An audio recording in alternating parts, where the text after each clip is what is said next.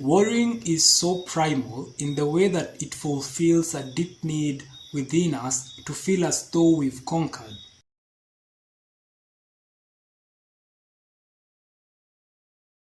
Hi, welcome to the channel. Today I'm gonna be reading you one of my favorite books by one of my favorite authors. The Mountain is You. I have read this book so many times. The cover is already coming off the book. I need to do some repair on it. This is a really great book. It's a guide on how to overcome and master self-sabotage into self-mastery. It offers really practical steps on how we can master our minds, master ourselves, and move from self-sabotage, from being our greatest enemies to our best friends. I previously did a video on how to conquer worrying, and this is just a continuation of it. This is a tip on how we can master it and how we can go about it. Our minds generally create problems.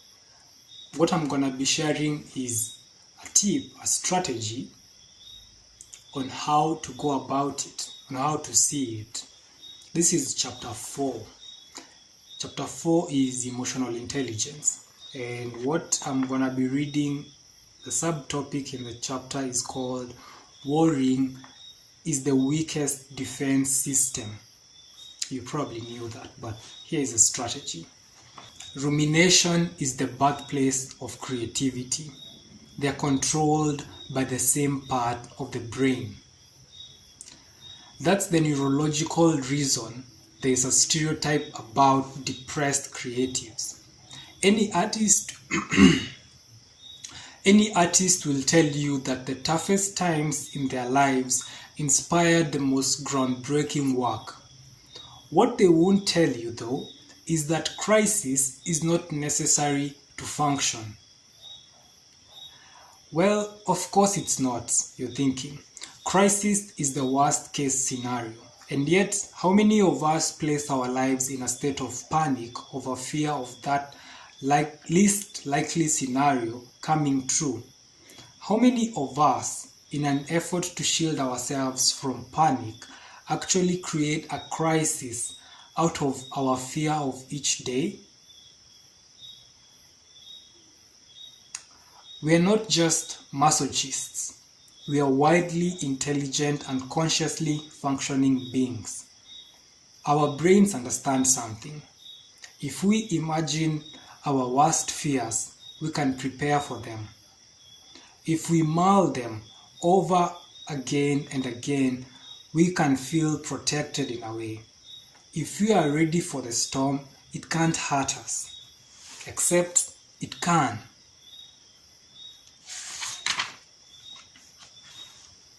Worrying excessively is not a malfunction.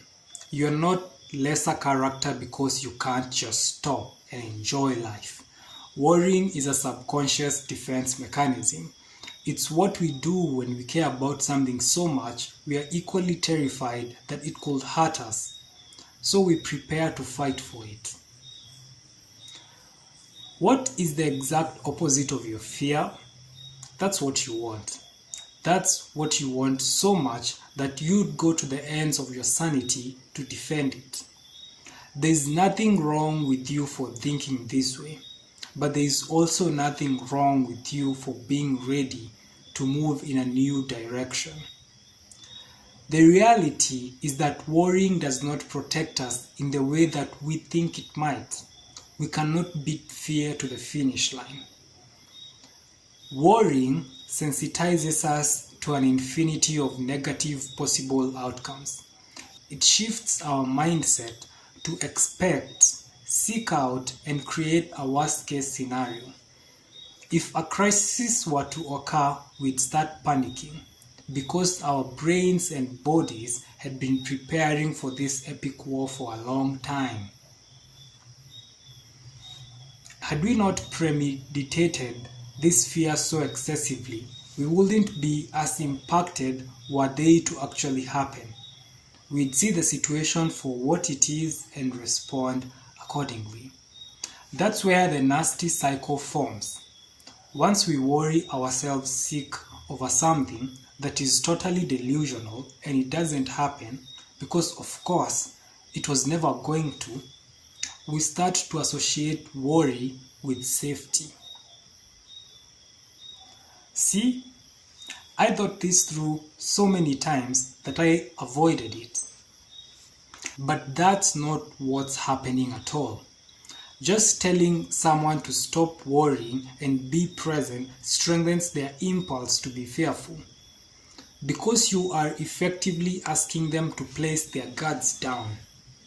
Making yourself feel more vulnerable when you are already at your edge is not the answer. Instead, you have to find a different way to feel safe. Now, here comes the strategy. This changed my life. I started looking at worrying from a different light. I hope this, let me get to it. Rather than spending your time rehearsing how much you'd panic if such and such a situation were to come to fruition, imagine how a third party would handle it if they were in your shoes. Imagine getting to the other side of the issue, perhaps even treating it as an opportunity to create something you otherwise couldn't. Rather than spending your time shrinking yourself and your life out of fear of potentially confronting some kind of hardship, work on developing your self-esteem and know that even if you were to fail, you wouldn't be judged, exiled, or hated in the way you feel. Rather than spending your life trying to identify the next thing to worry about and then overcome, learn to move into a new pattern of thinking in which you recognize that you don't need to balance out the bad with the good to live a full and fair life. Stability and wholeness, health and vitality are your birthright. You are allowed to have everything you want. You are permitted to be at peace.